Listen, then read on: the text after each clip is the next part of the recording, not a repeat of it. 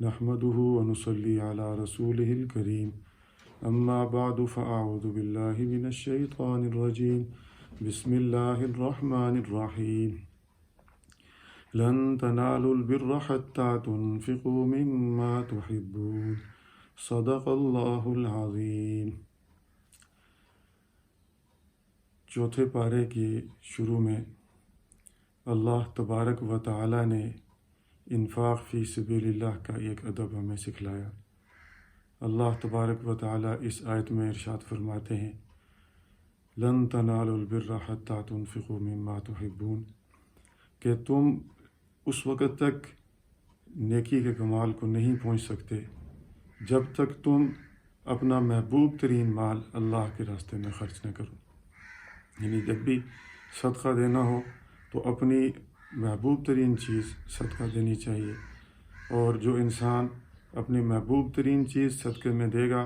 تو وہی نیکی کے کمال کو پہنچے گا۔ اور اس کے بعد اگلی آیت میں یہودیوں کے اعتراض کا جواب دیا گیا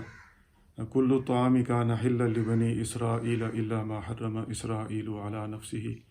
من قبل ان تنزل التوراۃ۔ یہودیوں نے یہ اعتراض کیا تھا کہ اے مسلمانوں، تم تو اپنے آپ کو حضرت ابراہیم کا جو ہے وہ پیروکار ثابت کرتے ہو،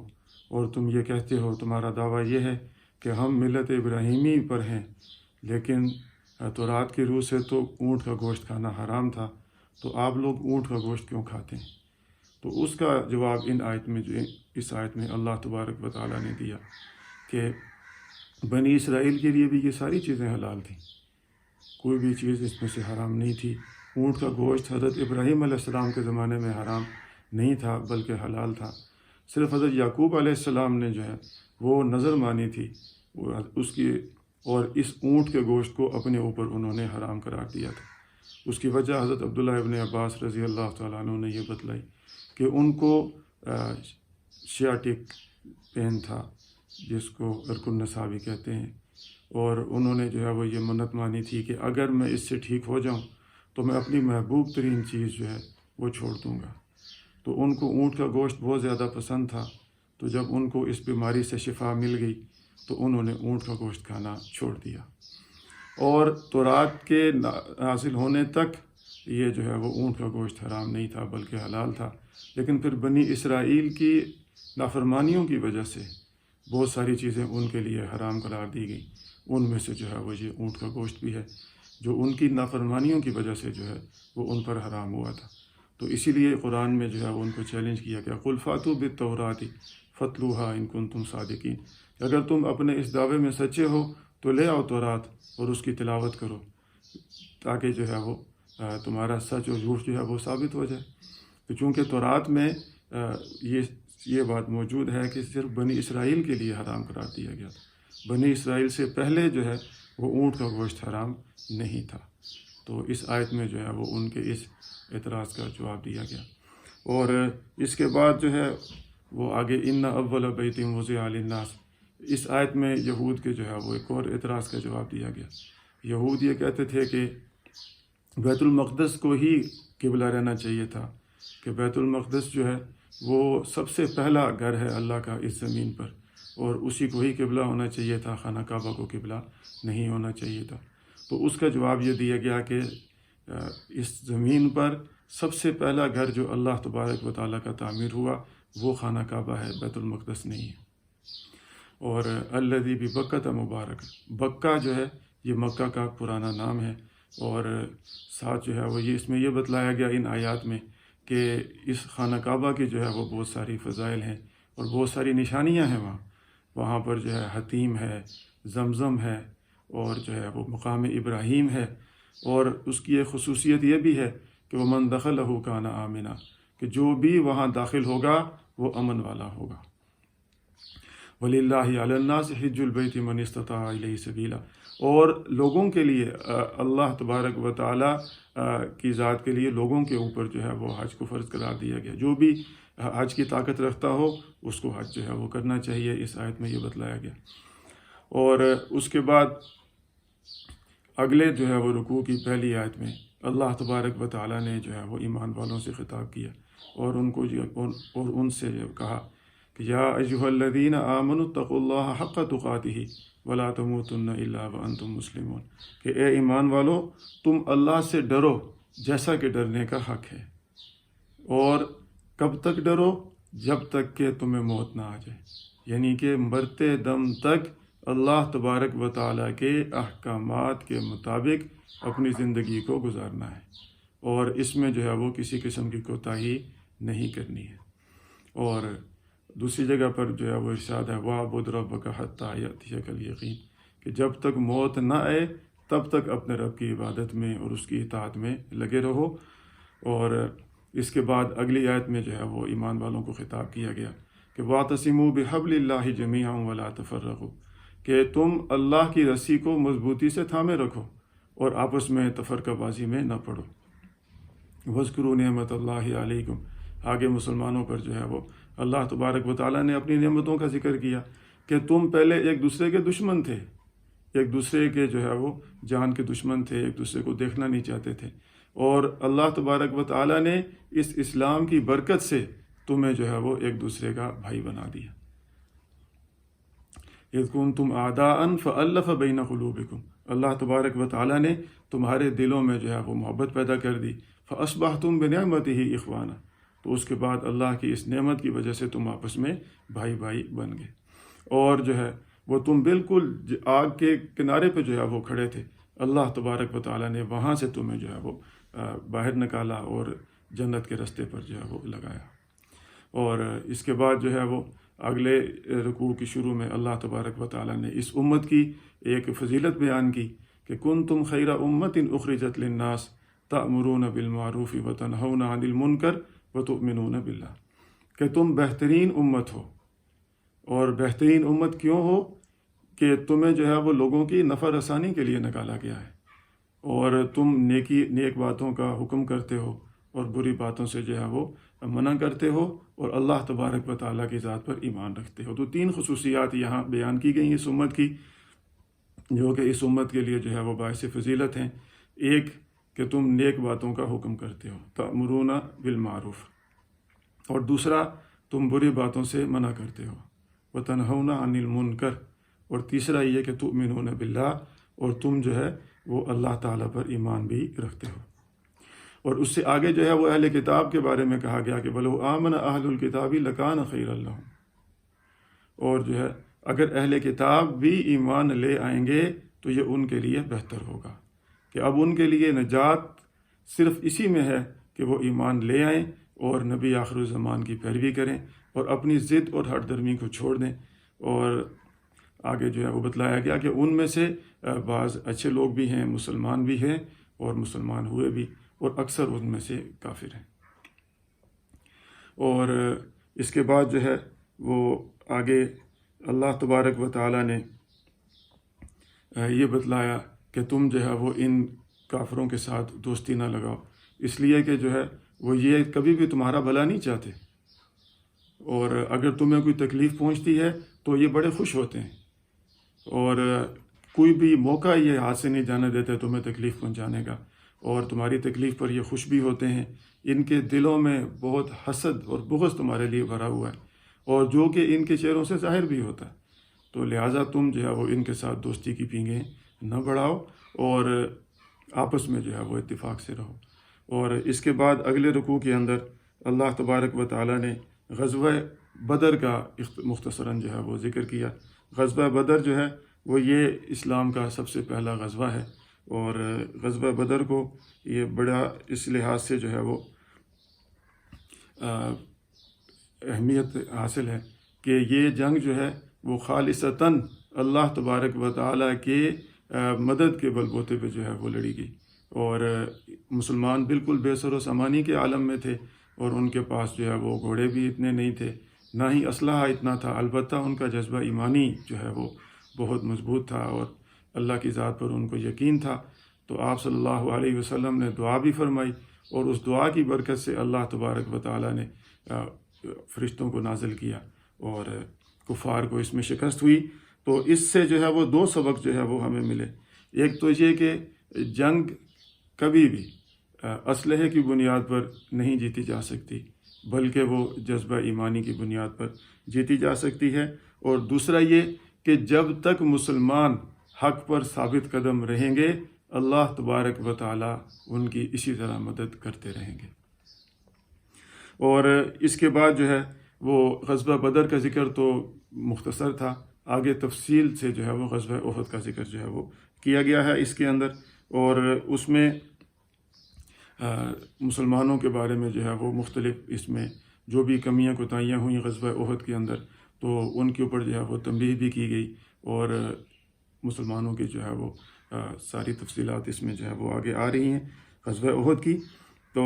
ہوا یہ تھا کہ غزوہ بدر میں جب کفار کو ذلت آمیز شکست ہوئی تھی، تو اس کے بعد جو ہے وہ انہوں نے اس شکست کا انتقام لینے کے لیے تیاری شروع کر دی، اور سن 3 ہجری میں ابو سفیان کی جو ہے وہ قیادت میں انہوں نے بھرپور تیاری کے ساتھ مدینہ طیبہ پہ جو ہے وہ چڑھائی کر دی، اور اس میں جو ہے وہ ان کا جو ساز و سامان تھا بہت بڑا لشکر تھا، اور اس میں جو ہے وہ تقریباً 3000 تو اونٹ تھے ان کے، اور ان کے مقابلے میں جو ہے ان کا لشکر بھی 3000 کا تھا، اور 3000 اونٹ تھے ان کے پاس، اور مسلمانوں کی تعداد صرف 700 تھی ان کے مقابلے میں۔ اور اس جنگ میں آپ صلی اللہ علیہ وسلم نے جو ہے وہ ایک پہاڑی درے پر کچھ 50 تیر اندازوں کی جو ہے وہ ایک جماعت کی تشکیل دی تھی عبداللہ بن جبیر کی قیادت میں، اور انہیں یہ کہا تھا کہ فتح ہو یا شکست ہو تم نے یہ جگہ نہیں چھوڑنی ہے۔ اور جب معرکہ ہوا تو شروع میں جو ہے وہ اللہ تبارک و تعالیٰ نے مسلمانوں کو فتح دی، اور کفار کا جو ہے وہ پاؤں اکھڑنا شروع ہو گئے۔ پہلے تو انفرادی مقابلے ہوئے، تو انفرادی مقابلوں میں ان کے 8 سردار جو ہے وہ مارے گئے، اور اس کے بعد جب اسی سے ہی ان کے حوصلے پست ہو گئے تھے، اور پھر جب معرکہ ہوا تو اس میں جب ان کے قدم اکھڑ گئے تو وہ جو پہاڑی درے پر جو صحابہ کرام متعین کیے گئے تھے، تو وہ بھی ان میں سے اکثر وہ بھی نیچے آ گئے، اور انہوں نے اس جگہ کو چھوڑ دیا، اگرچہ امیر نے ان کو منع کیا تھا کہ آپ صلی اللہ علیہ وسلم نے یہاں سے منع کیا ہے کہ تم نے یہاں سے اس جگہ کو نہیں چھوڑنا ہے، لیکن جنہوں نے اس جگہ کو چھوڑا انہوں نے یہ عذر پیش کیا، انہوں نے کہا کہ جی اب تو فتح ہو گئی ہے، اور اب ہم نیچے اتر کے مال غنیمت کو جمع کرنے میں جو ہے وہ ہم شامل ہو جائیں، ساتھ ان کی مدد کریں۔ تو اس جذبے کے تحت وہ اوپر سے اتر آئے، البتہ چند ایک وہیں رہے، اور حضرت خالد بن ولید جو کہ اس وقت تک مسلمان نہیں ہوئے تھے، تو انہوں نے دیکھا اس جگہ کو کہ یہ جگہ خالی ہے اور وہاں پر اتنی تعداد نہیں ہے مقابلہ کرنے والوں کی، تو انہوں نے اس طرف سے حملہ کیا، اور جو صحابہ کرام وہاں پر تھے متعین وہ سارے شہید ہو گئے، اور نیچے میدان میں تو صحابہ کرام اس حملے کے لیے تیار نہیں تھے، اور وہ تو مال غنیمت جمع کرنے میں مصروف تھے، تو پشت سے جو ہے وہ حضرت خالد بن ولید نے حملہ کر دیا، اور جب سامنے سے بھاگتے ہوئے کافروں کو پتہ لگا اس بات کا، تو وہ بھی واپس پلٹ گئے، اور انہوں نے بھی جو ہے وہ آگے سے حملہ کر دیا، تو مسلمان گھیرے میں آ گئے، اور 70 کے قریب صحابہ کرام اس میں شہید ہوئے، کفار کے 22 بندے جو ہے وہ اس میں مارے گئے تھے۔ اور اس میں ایک خبر یہ بھی مشہور ہو گئی تھی کہ آپ صلی اللہ علیہ وسلم نعوذ باللہ جو ہے وہ شہید ہو گئے، تو اس سے مسلمانوں کا جو ہے وہ حوصلے بہت پست ہوئے تھے۔ تو اسی اگلے رکوع میں وما محمد الا رسول قد خلت من قبلہ الرسل، اس میں جو ہے وہ یہ بتلایا گیا کہ بھئی خبر تو جھوٹی تھی، اور بعد میں پتہ لگ گیا تھا کہ یہ خبر جھوٹی ہے اور آپ صلی اللہ علیہ وسلم شہید نہیں ہوئے، لیکن اللہ تبارک و تعالیٰ نے یہ فرمایا کہ محمد صلی اللہ علیہ وسلم بھی تو ایک رسول ہیں، اور ان سے پہلے بھی بہت سارے رسول جو ہے وہ ہم نے بھیجے اور وہ گزر گئے۔ أَفَإِن مَّاتَ أَوْ قُتِلَ انقلبتم عَلَىٰ أَعْقَابِكُمْ، کہ اگر جو ہے وہ یہ دنیا سے چلے جاتے ہیں، فوت ہو جاتے ہیں یا شہید ہو جاتے ہیں، تو کیا تم واپس پلٹ جاؤ گے اپنے مذہب پر؟ اور جو ہے وہ اگر تم میں سے کوئی واپس پلٹے گا تو اللہ تبارک و تعالیٰ کو اس کا کوئی نقصان نہیں، بلکہ اس کا اپنا نقصان ہوگا، یعنی کہ تم عبادت تو اللہ کی جو ہے وہ کرنی ہے تم نے، اور اللہ کے احکامات کو ماننا ہے۔ نبی تو اللہ کے احکامات کو پہنچانے کا ایک ذریعہ ہے تم تک، اور اگر نبی دنیا سے چلا جاتا ہے تو اللہ تبارک و تعالیٰ کی ذات تو باقی ہے، اللہ تبارک و تعالیٰ کے احکامات بھی باقی ہیں، تو تمہیں جو ہے وہ واپس پلٹنے کا جو ہے نا وہ اس میں وہ سوچنا بھی نہیں۔ اور آگے جو ہے وہ اگلی آیات میں یہ بتلایا کہ یہ آپ صلی اللہ علیہ وسلم کے ساتھ جو تم نے مل کر کفار سے جنگ لڑی ہے، تو وَكَأَيٍّ مِّن نَبِيٍّ قَاتَلَ مَعَهُ رِبِّيُّونَ كَثِيرٌ، کہ اس سے پہلے بھی انبیاء کے ساتھ بہت سارے جو ہے وہ اللہ والے وہ جنگ کرتے رہے ہیں۔ فَمَا وَهَنُوا لِمَا أَصَابَهُمْ فِي سَبِيلِ اللَّهِ وَمَا ضَعُفُوا وَمَا اسْتَكَانُوا وَاللَّهُ يُحِبُّ الصَّابِرِينَ۔ اور وہ لوگ جو انبیاء کے ساتھ جنگوں میں شریک ہوئے، وہ بالکل انہوں نے جو ہے وہ ان کے حوصلے بھی پست نہیں ہوئے، اور ثابت قدمی کے ساتھ انہوں نے جو ہے وہ کفار کا مقابلہ کیا۔ اور اللہ تبارک و تعالیٰ ثابت قدم رہنے والے جو ہیں ان کو اللہ تبارک و تعالیٰ پسند کرتے ہیں۔ اور اس کے بعد اگلے رکوع میں مسلمانوں کو جو ہے وہ یہ تسلی دی گئی کہ تم میں سے جو ہے تم کو اگر اس جنگ میں تکلیف پہنچی ہے، اِن یمسسکم قرح فقد مس القوم قرح مثلہ، کہ اگر تمہیں اس جنگ میں کوئی زخم پہنچے ہیں تو اس سے پہلے تو کافروں کو بھی تو زخم پہنچے ہیں غزوہ بدر میں۔ وَتِلْكَ الْأَيَّامُ نُدَاوِلُهَا بَيْنَ النَّاسِ، تو یہ دن تو جو ہے نا وہ لوگوں کے درمیان ہم پھیرتے رہتے ہیں، کبھی تمہیں فتح ہوگی، کبھی ان کو فتح ہوگی، کبھی تمہیں شکست ہوگی، کبھی ان کو شکست ہوگی، تو یہ دن تو آتے جاتے رہتے ہیں۔ اور ساتھ یہ کہ اس میں آزمائش بھی تھی تمہارے لیے، اور کچھ لوگوں کو اللہ تبارک و تعالیٰ نے شہادت کے مرتبے پہ بھی فائز کرنا تھا، اور وَيَتَّخِذَ مِنْكُمْ شُهَدَاءَ، یہ کہا گیا کہ تم میں سے جو ہے وہ اللہ تبارک و تعالیٰ نے بہت ساروں کو شہادت کے مرتبے پر فائز کرنا تھا۔ اور ساتھ یہ کہ مومن اور منافق کے درمیان جو ہے وہ فرق بھی جو ہے وہ اس سے پتہ لگ گیا کہ منافقین نے جو ہے بہت ساری باتیں کی کہ جی اگر جو ہے وہ یہ ہمارے ساتھ رہتے اور یہ جنگ میں نہ جاتے تو یہ شہید نہ ہوتے، تو ان کے جو ہے وہ اس کا جواب دیا گیا کہ بھئی موت تو ہر جگہ آنی ہے، موت سے بچ نہیں سکتا کوئی بھی، اور اگر اپنے گھروں میں بھی رہو گے تب بھی موت آ جائے گی، اور لیکن اگر اللہ کے راستے میں تم جو ہے وہ شہید ہوگے تو یہ بہت بڑا درجے والی چیز ہے۔ اور آگے یہ جو اللہ کے راستے میں جو شہید ہوئے ان کے بارے میں یہ بتلایا گیا کہ لا تحسبن الذین قتلوا فی سبیل اللہ امواتا، کہ تم ان کو مردہ مت سمجھو، بل احیاء عند ربہم یرزقون، بلکہ وہ زندہ ہیں اور اپنے رب کے پاس ان کو جو ہے وہ رزق دیا جاتا ہے۔ فرحین بما آتاہم اللہ من فضلہ، اور وہ خوش ہیں جو بھی اللہ تبارک و تعالیٰ نے ان کو جو ہے وہ فضیلت دی ہے وہاں پر، تو اس میں جو ہے وہ خوش ہیں۔ تو جو یعنی حوصلہ دیا گیا کہ تم میں سے جو شہید بھی ہوئے ہیں تو وہ بھی ان کو بھی مردہ نہ سمجھیں، اور وہ جو ہے وہ زندہ ہیں اللہ کے ہاں، اور بڑا درجہ ان کو حاصل ہوا۔ موت تو بہرحال آنی ہے، موت سے کوئی مفر نہیں ہے، اور اپنے گھر میں رہو گے تب بھی موت آ جائے گی، تو لیکن اس سے بہتر ہے کہ اللہ کے راستے میں جو ہے وہ تمہیں شہادت جو ہے وہ مل جائے، اس سے بڑا درجہ اور کیا ہوگا۔ اور اسی پارے میں اللہ تبارک و تعالیٰ نے مومنین پہ جو ہے وہ یہ احسان بھی بتلایا کہ لقد من اللہ علی المؤمنین اذ بعث فیہم رسولا من انفسہم یتلو علیہم آیاتہ، کہ مسلمانوں پر اللہ تبارک و تعالیٰ نے یہ احسان کیا کہ ان میں سے رسول بھیجا ان کی طرف، اور وہ اللہ کی جو ہے وہ آیات وہ تلاوت بھی کرتے ہیں، وَيُعَلِّمُهُمُ الْكِتَابَ، اور ان کو کتاب سکھاتے بھی ہیں اور ساتھ ان کا تزکیہ بھی کرتے ہیں، اِنَّكَ أَنْتَ الْعَزِيزُ الْحَكِيمُ۔ اور آگے اگلے رکوع میں الَّذِينَ اسْتَجَابُوا لِلَّهِ وَالرَّسُولِ مِن بَعْدِ مَا أَصَابَهُمُ الْقَرْحُ، اس میں جو ہے وہ یہ بتلایا گیا کہ ابو سفیان جب جو ہے وہ اس جنگ میں وہ فتح اس کو حاصل ہوئی، اور پھر اس کے بعد جو ہے وہ جب جا رہا تھا رستے میں تو روحا کے قریب اس کو خیال آیا کہ اوہو یہ تو میرے سے بہت بڑی غلطی ہوگی کہ مجھے جو ہے نا وہ تو سب قصہ ہی ختم کر کے آنا چاہیے تھا، میں نے چھوڑا کیوں ان کو، ہمیں تو اتنی طاقت اس وقت تھی کہ ہم چاہتے تو سارے مسلمانوں کو جو ہے وہ ختم کرتے، تو پھر واپس وہ پلٹا کہ جی ہم ابھی مسلمان زخمی حالت میں ہوں گے تو ان کو جو ہے وہ دوبارہ سے ہم لے لیتے ہیں اور ان کا قصہ ہی ختم کرتے ہیں۔ تو یہ خبر آپ صلی اللہ علیہ وسلم تک پہنچی۔ آپ صلی اللہ علیہ وسلم غزوہ احد کے شہداء کی تدفین سے فارغ ہوئے تھے، تو اس کے بعد یہ خبر پہنچی کہ ابو سفیان واپس آنے کا جو ہے وہ پروگرام بنا رہا ہے، تو آپ صلی اللہ علیہ وسلم نے صحابہ کرام سے جو ہے وہ ان کو حکم دیا کہ جو بھی اس جنگ میں شریک تھے وہ دوبارہ سے جو ہے وہ تیاری کریں اور کفار کے مقابلے کے لیے نکلنا ہے۔ تو مسلمان حالانکہ زخموں سے چور تھے، اور بالکل جو ہے وہ بری حالت اس وقت تھی، لیکن پھر بھی انہوں نے جو ہے وہ ہمت کی اور مدینہ منورہ سے جو ہے وہ انہوں نے باہر نکلے اور کفار کے مقابلے کے لیے تیار ہو گئے۔ تو 8 میل کے قریب جو ہے وہ پہنچے تھے، تو وہاں پر ان کو پتہ لگا کہ ابو سفیان تک یہ اطلاع پہنچ گئی کہ مسلمان واپس آ رہے ہیں مقابلے کے لیے، تو پھر جو ہے وہ اس نے اپنا ارادہ چھوڑ دیا واپس آنے کا اور واپس چلا گیا۔ تو وہاں پر مسلمانوں کو یہ اطلاع مل گئی کہ وہ اس نے حملے کا ارادہ ملتوی کر دیا ہے، تو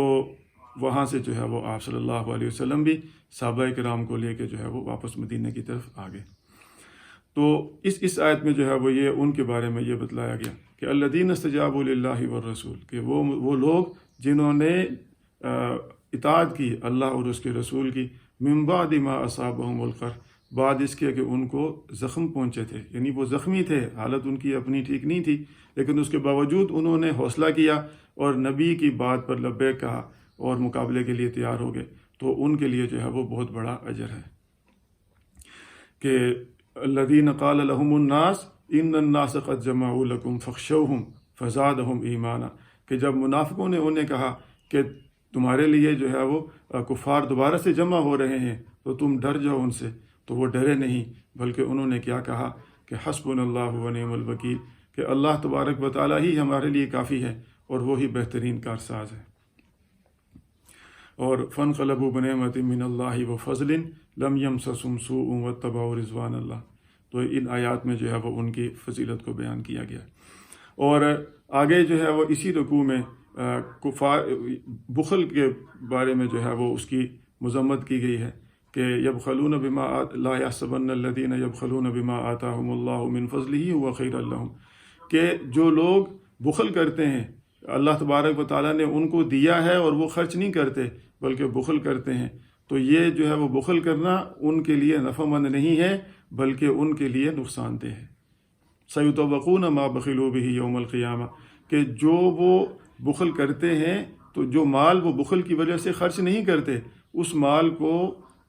توق بنا کے جو ہے وہ ان کے گلے میں قیامت کے دن ڈالا جائے گا۔ وَلِلَّهِ مِيرَاثُ السَّمَاوَاتِ وَالْأَرْضِ، اور اللہ تبارک و تعالیٰ ہی کے لیے زمین و آسمان کی جو ہے وہ وراثت ہے۔ اور اس سے اگلے رکوع میں اللہ تبارک و تعالیٰ نے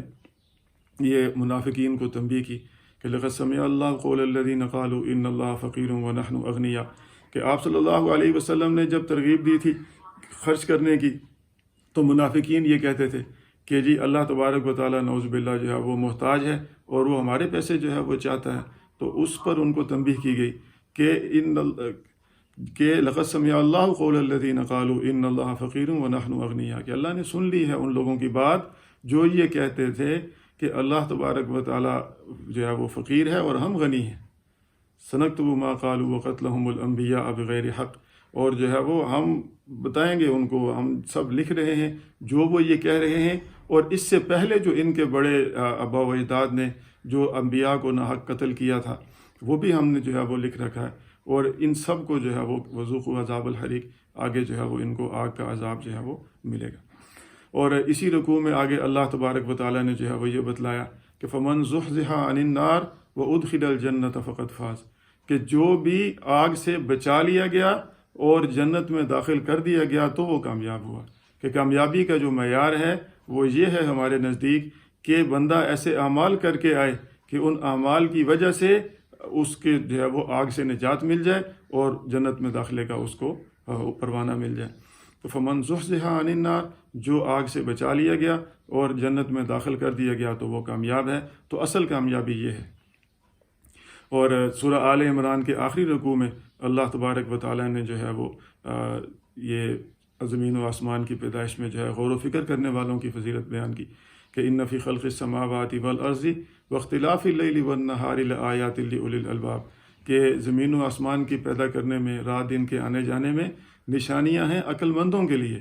کہ عقل مند کون لوگ ہیں، اس کی وضاحت جو ہے وہ اللہ تبارک و تعالیٰ نے کی کہ الذین یذکرون اللہ قیاما وقعودا، کہ عقل مند وہ ہیں جو کہ بیٹھے اٹھے ہر حال میں اللہ کا ذکر کرتے ہیں۔ وَيَتَفَكَّرُونَ فِي خَلْقِ السَّمَاوَاتِ وَالْأَرْضِ، اور زمین آسمان کی پیدائش میں غور و فکر کرتے ہیں، اور کیا کہتے ہیں، رَبَّنَا مَا خَلَقْتَ هَذَا بَاطِلًا، کہ اے ہمارے پروردگار آپ نے ان کو بے فائدہ پیدا نہیں کیا، سبحانک فقنا عذاب النار، آپ کی ذات پاک ہے ہمیں جو ہے وہ جہنم کی آگ سے نجات دیجیے۔ اور اس کے بعد مزید کچھ دعاؤں کا ذکر ہے ان کے لیے کہ وہ کیا کیا دعا کرتے ہیں۔ اور اس سورہ آل عمران کی آخری آیت میں جو ہے وہ کامیابی کے 4 وہ جو ہے بتائے گئے کہ یا ایھا الذین آمنوا اصبروا وصابروا ورابطوا واتقوا اللہ لعلکم تفلحون، کہ کامیابی کے جو مدار ہے وہ ان 4 چیزوں پر ہے۔ یہ 4 کام کر لو گے تو تم جو ہے وہ کامیاب ہوگے۔ سب سے پہلے صبر، کہ صبر کرو گے مصائب پر، مشکلات پر، جب بھی صبر کرو گے، دین پر جمے رہو گے تو انشاءاللہ تم کامیاب ہوگے۔ اور دوسرا یہ کہ کفار کے مقابلے میں تم نے ثابت قدمی دکھانی ہے، کفار کے مقابلے میں تم نے ثابت قدمی دکھانی ہے۔ کفار کے مقابلے میں ثابت قدمی دکھاؤ گے تو تم جو ہے وہ کامیاب ہوگے۔ اور تیسرا کہ کفار کے مقابلے کے لیے اپنے آپ کو تیار بھی رکھنا ہے ہر وقت، اور جو تیاری ہو سکے وہ تم نے کرنی ہے۔ تیاری کر کے رہو گے تو تم جو ہے وہ کامیاب ہوگے۔ اور چوتھا، اللہ سے ڈرنا ہے ہر حال میں، واتقوا اللہ، اللہ سے ڈرو گے تو تم جو ہے وہ کامیاب ہوگے۔ تو اسی آیت کے ساتھ سورہ آل عمران کا اختتام ہوتا ہے۔ اس کے بعد سورہ نساء آتی ہے۔ سورہ نساء جو ہے، اس کو سورہ نساء اس لیے کہتے ہیں کہ اس میں عورتوں کے حقوق کے متعلق جو ہے وہ احکامات بیان کیے گئے ہیں، اور گھریلو مسائل کے اوپر جو ہے وہ بات چیت کی گئی ہے اس کے اندر۔ اور زیادہ تر چونکہ عورتوں سے متعلق مسائل بیان کیے گئے ہیں، اس وجہ سے اس کو نساء کہتے ہیں۔ نساء جو ہے امراتن کی جمع ہے، امرا ایک عورت کو کہتے ہیں، اور نساء بہت ساری عورتیں۔ اور اس صورت کے شروع میں جو ہے وہ اللہ تبارک و تعالیٰ نے نکاح کے حوالے سے جو ہے وہ بتلایا، اور ساتھ یتیموں کے حقوق بتائے، اور یتیم بچیوں کے حقوق بتائے۔ اور اللہ تبارک و تعالیٰ نے یہ فرمایا کہ یتیموں کا مال تم ناحق نہ کھاؤ، اور نہ ہی ان کے عمدہ مال کو اپنے ردی مال کے ساتھ تبدیل بھی نہیں کرنا۔ اور یتیم بچیوں کے بارے میں یہ بتلایا کہ تم نے جو ہے وہ ان کے ساتھ زبردستی شادی نہیں کرنی۔ اس وقت یہ ہوتا تھا کہ وہ یتیم بچیوں کے ساتھ زبردستی نکاح کر لیتے تھے اور ان کو حق مہر نہیں دیتے تھے۔ تو اللہ تبارک و تعالیٰ نے یہ فرمایا کہ تم اگر ان کو حق مہر دے سکتے ہو تو پھر تو ان کے ساتھ نکاح کرو، اور اگر ان کو حق مہر نہیں دے سکتے اور نہیں دینا چاہتے تو پھر تم جو ہے وہ ان کے ساتھ نکاح نہ کرو۔ اور وآتوا النساء صدقاتهن نحلہ، کہ تم عورتوں کو ان کا حق مہر خوشی سے جو ہے وہ ادا کرو۔ اگر وہ خوشی سے خود معاف کر دیتی ہیں تو پھر تم اس کو کھا سکتے ہو، یعنی تو تمہارے ذمہ لازم ہے کہ تم جو ہے وہ ان کو ان کا حق مہر ادا کرو۔ اور پھر اسی رکوع کے اندر تعدد ازواج کی بھی اجازت دی گئی۔ اسلام سے پہلے تو کوئی تعداد متعین تھی نہیں، نہ ہی جو ہے وہ عورتوں کے وہ حقوق کا خیال رکھتے تھے، اور ایک انسان جو ہے وہ 10 15 عورتوں سے نکاح کرتا تھا اور ان کو اپنے نکاح میں رکھتا تھا، اور سب کے حقوق بھی ادا نہیں کرتا تھا، جس کا چاہتا ادا کرتا، جس کے چاہتے نہ کرتا، اور برابری کا تو تصور تھا ہی نہیں۔ تو اسلام نے جو ہے وہ یہ کیا کہ بھئی اب جو ہے وہ تم اگر کرنا چاہو تو 4 تک تمہیں اجازت ہے، لیکن اس میں بھی شرط ہے کہ تم ان 4 کے درمیان اگر برابری کر سکتے ہو تو پھر تو تم کرو، لیکن اگر تم جو ہے وہ برابری نہیں کر سکتے فَإِنْ خِفْتُمْ أَلَّا تَعْدِلُوا فَوَاحِدَةً أَوْ مَا مَلَكَتْ أَيْمَانُكُمْ، اگر تمہیں جو ہے وہ یہ ڈر ہو کہ تم برابری نہیں کر سکو گے تو پھر ایک پر ہی اکتفا کرو، ذَلِكَ أَدْنَىٰ أَلَّا تَعُولُوا۔ اور آگے یتیموں کے حوالے سے جو ہے وہ یہ بتلایا گیا کہ وَآتُوا الْيَتَامَىٰ أَمْوَالَهُمْ، یتیموں کو ان کا مال دے دینا تم، وَلَا تَتَبَدَّلُوا الْخَبِيثَ بِالطَّيِّبِ، اور ان کے اچھے مال کو اپنے ردی مال کے ساتھ تم نے تبدیل نہیں کرنا، اور نہ ہی ان کے مال کو اپنے مالوں کے ساتھ ملا کے تم کھانے کی کوشش بھی نہ کرنا۔ اور ان کو ان کا مال کب حوالے کرنا ہے؟ جب وہ بالغ ہو جائیں، اور اس کے بعد تم یہ دیکھتے رہو کہ وہ ان میں سمجھ بوجھ آ گئی ہے اس حوالے سے کہ وہ اپنے نفع میں اس مال کو خرچ کریں اور نقصان سے جو ہے وہ بچ سکیں، تو اس وقت تم ان کو جو ہے وہ دے دینا۔ اور آگے جو ہے وہ اس پہ وعید بھی بتائی گئی کہ اگر کوئی شخص یتیموں کا مال ظلم سے کھاتا ہے تو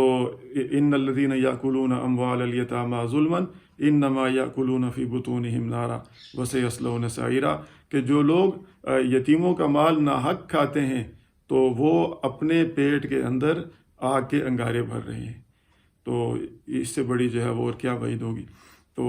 اس کے بعد اگلا رکوع یوصیکم اللہ فی اولادکم للذکر مثل حظ الانثیین، اس میں اس کو آیت میراث بھی کہتے ہیں۔ اور اس میں اللہ تبارک و تعالیٰ نے ذوی الفروض کے حصے متعین کیے اور بتلائے ہیں۔ ذوی الفروض ان جو ہے وہ وارثوں کو کہتے ہیں کہ جن کے حصے اللہ تبارک و تعالیٰ نے خود متعین کیے ہیں، اور اس میں جو ہے وہ عورتیں بھی شامل ہیں۔ اسلام سے پہلے عورتوں کو میراث میں حصہ دینے کا تصور ہی نہیں تھا، بلکہ جو دنیا سے انسان چلا جاتا تھا تو اس کی جو بیوہ ہوتی تھی اس کو بھی میراث میں تقسیم کر لیا کرتے تھے۔ اس کو میراث میں سے کیا حصہ ملتا بلکہ اس کو بھی میراث بنا لیا جاتا تھا، اور اس کا ترکہ یوں تقسیم کر لیتے تھے کہ جی یہ فلاں جائیداد فلانا رکھ لے، اس کی جو یہ بیوہ ہے یہ فلانا رکھ لے، اور جو فلاں جائیداد ہے وہ دوسرا وارث رکھ لے۔ تو آپس میں جو ورثاء ہوتے تھے وہ اس بندے کی جو بیوہ ہوتی تھیں ان کو بھی اسی طرح ہی تقسیم کر لیا کرتے تھے۔ تو اسلام نے عورتوں کو جو ہے وہ حقوق دیے اور ان کو وراثت میں حصہ دیا اسلام نے، اور یہ ذوی الفروض ٹوٹل 12 ہیں۔ ان 12 میں سے 8 عورتیں ہیں، یعنی 8 قسم کی عورتوں کو اللہ تبارک و تعالیٰ نے حصہ دیا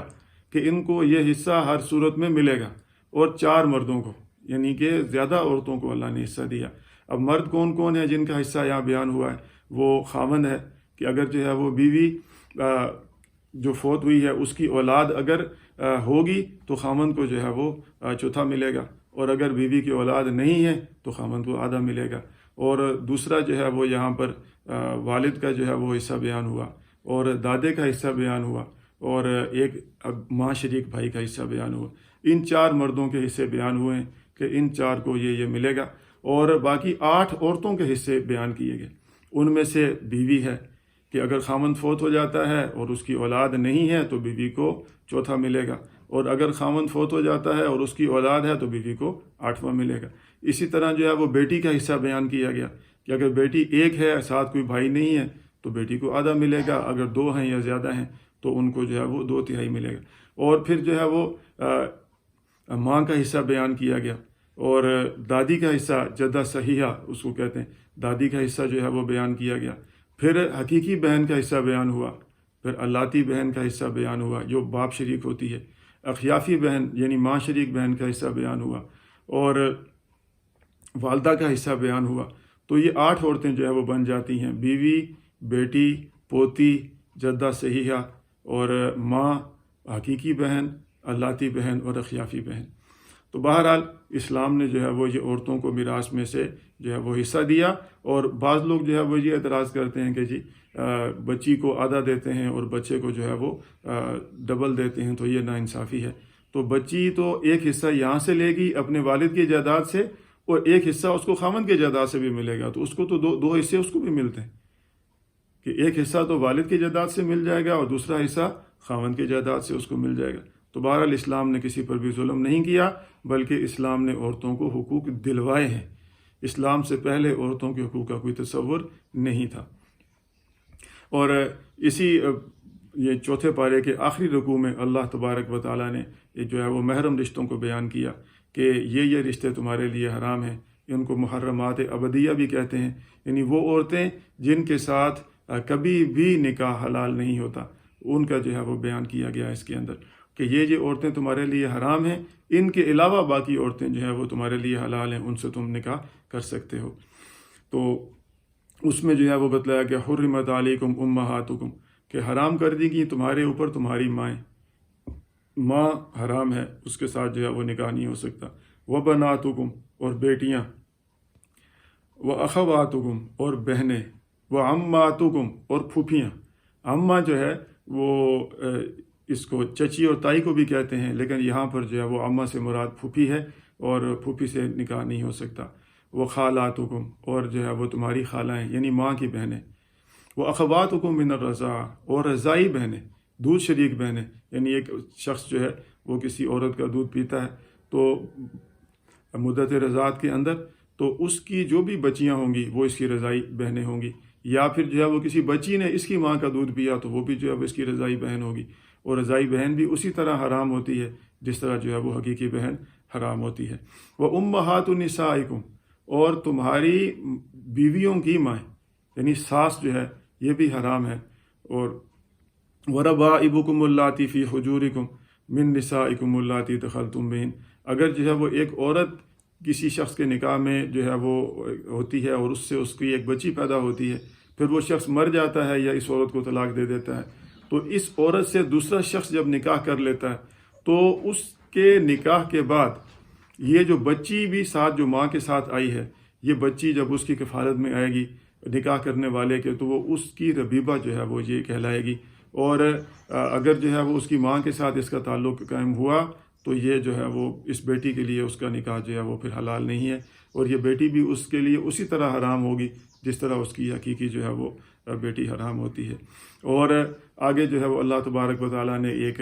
مسئلے کی طرف اشارہ کیا کہ پہلے تو دو بہنوں کو ایک ساتھ نکاح میں رکھنے کی اجازت تھی، لیکن اب جو ہے وہ دو بہنوں کو ایک ساتھ نکاح میں نہیں رکھا جا سکتا۔ وَأَن تَجْمَعُوا بَيْنَ الْأُخْتَيْنِ إِلَّا مَا قَدْ سَلَفَ، کہ تم جو ہے وہ دو بہنوں کو اکٹھا جو ہے وہ ایک نکاح میں نہیں رکھ سکتے، جو پہلے ہو گیا سو ہو گیا، پہلے اس کی اجازت تھی اور پہلے لوگ جو ہے وہ دو بہنوں کو اکٹھا کر لیا کرتے تھے، لیکن اب جو ہے وہ دو بہنوں کو ایک ساتھ نکاح میں نہیں رکھا جا سکتا۔ ان اللہ کان غفور الرحیم، اللہ تبارک و تعالیٰ جو ہے وہ بخشنے والا ہے اور مہربان ہے۔ تو یہ چوتھا پارہ جو ہے وہ ہمارا مکمل ہوا۔ اللہ تبارک و تعالیٰ سے دعا ہے کہ اللہ تبارک و تعالیٰ ہمیں قرآن مجید کو سمجھنے اور اس کو سمجھ کر اس کے مطابق عمل کرنے کی توفیق عطا فرمائے۔ وآخر دعوانا ان الحمد للہ رب العالمین۔